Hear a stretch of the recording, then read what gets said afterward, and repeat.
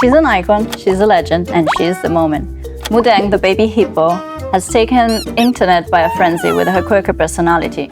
But in the wild, pygmy hippos are disappearing. In fact, the smallest species of hippo is listed as endangered on the IUCN's Red List, and it is estimated that less than 2,500 individuals are present in the wild. This evasive animal is native to the dense rainforests and swamps of West Africa, with Liberia holding the largest wild population, but already believed to be extinct in Nigeria. The main cause of this hippo's disappearance is the destruction of the rainforest. Deforestation is driven by industry like palm oil, cocoa, and rubber. These crops are grown to meet global demand, but at a huge cost to wildlife and their habitats. Unfortunately, this is a trend that is common across many ecosystems and species worldwide. Globally, wildlife populations have declined by an average of 72% since 1970, and in South Korea, the number of species designated as endangered has tripled over the past 30 years. When biodiversity is lost, it's not just about missing out on seeing adorable animals. The Earth's natural systems,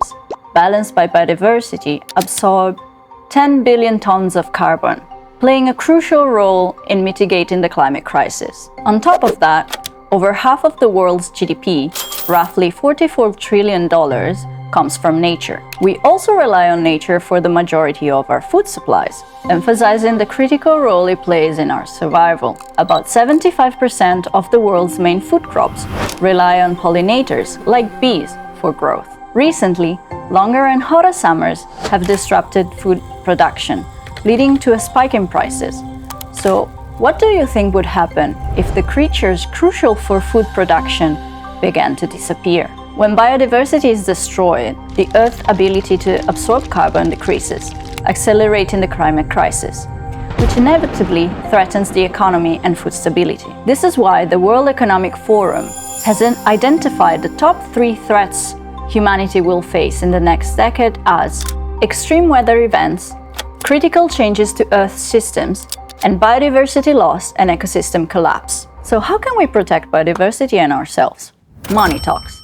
Stopping harmful investments and subsidies that damage nature while supporting initiatives to restore and protect our environment. These financial activities are collectively called nature finance. Seoul Forest in South Korea helps mitigate the urban heat island effect, while enhancing biodiversity within the city. As a result, many cities in Korea are planning to expand their urban forests. Efforts to restore and protect wetlands are gaining momentum, recognizing their vital role as carbon sinks and natural defenses against floods. South Korea's Suncheon Bay wetlands absorb more than 6,900 tons of carbon annually, providing a vital habitat for diverse species and playing a key role in both biodiversity conservation and climate change mitigation. This approach of leveraging nature to address environmental and societal challenges is generally known as nature-based solutions, NBS. It is estimated that investing in NBS could account for approximately 30% of the global greenhouse gas reductions required to meet the Paris Agreement targets. To combat the climate crisis,